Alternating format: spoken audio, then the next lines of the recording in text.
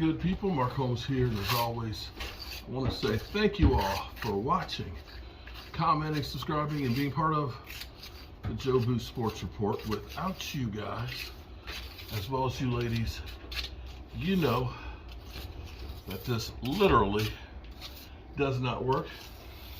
I hope y'all are having a great day. I'm down here in the country, working in the kitchen of the red brick house. I am part of the chain, mind you, of what started 202 years ago, this red brick house. And I am fixing some of the damaged bricks and rotted wood right now in this place. And just gonna be down here for the day, gonna get back to the man cave and be around tomorrow when the Cowboys have practice. Not the game that we love. We're talking about practice. This was actually a big hole in the wall about 45 minutes ago, in which case I pulled the bricks out. Pulled the bricks out. I made mortar the same way they would have made it 200 years ago, lime mortar, and I reset the bricks. I know it's not beautiful, but it goes with the style of the house. So there's that. In fact, this actually doesn't look that bad in comparison to how it looked with it all cracked and everything else. This won't actually be seen because it's above the ceiling line, but we want to make sure that we took care of the bricks that are here. So I have an interesting premise. I'm going to start. Okay, that's my brother on the roof kicking stuff around. Okay, I have an interesting premise about the Dallas Cowboys, and Roz keeps telling me I'm wrong. But I feel like with the Cowboys, what we're getting from 12 personnel, his thing is you're better off having playmakers there to catch the football. I get his idea, but I look at it like this. I'm worried about my offensive line. My offensive line, especially Connor McGovern, I don't feel like my offensive line is doing as good as they could. And with Peyton Hendershot and Jake Ferguson beginning to get seemingly better. One game, Peyton Hendershot had 4 receptions. Last week, he had 2, and it was reversed against the Giants. They're beginning to be able to catch the ball. I'm not saying that they're game breakers. I'm not saying that they're Travis Kelce or anything like that, but they're becoming targets. And for Cooper Rush, they became big targets for him because trying to get the ball out quickly. Now, this is good because, to me, when you look at the modern NFL now, the NFL over, say, the last 10 years or so, you'll see that teams use their tight ends tremendously. Now, Dalton Schultz is a much better pass-catching tight end, but he's not real good at blocking. And for me, I'm going to equate this to what I do. There's an old saying, and I got educated on this old saying. I'm sure all of you have heard, a jack of all trades and a master of none.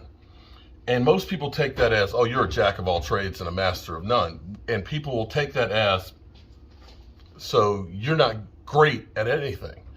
But see, you only get part of that saying. The way the whole saying goes is, a jack of all trades and a master of none is better than a master of just one. You know why?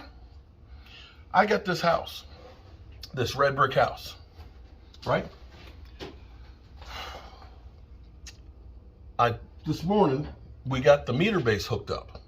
The meter base and electric panel. See, take a look. Let me show you. All right. See that right there, my friends? That's electric panel.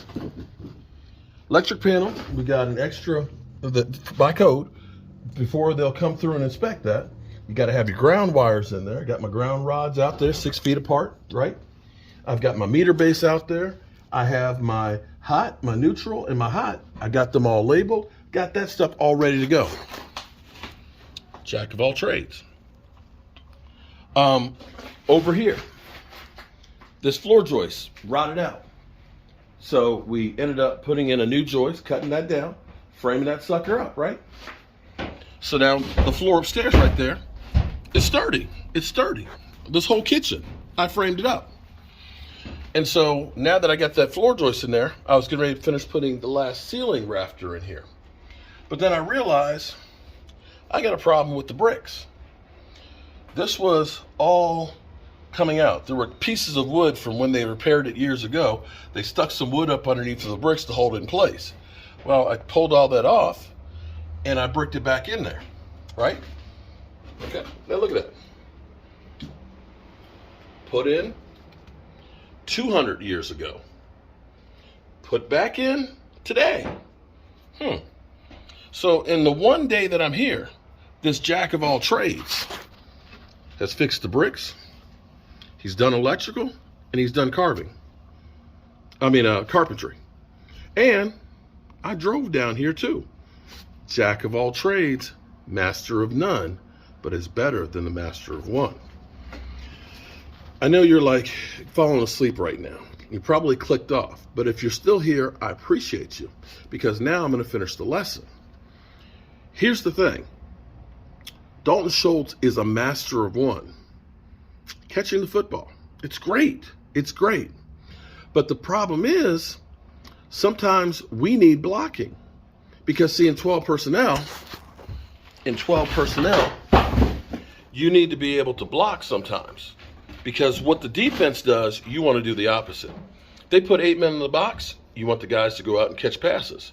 You want to be tight end screens. You want to be able to go ahead and do things opposite of what they're doing.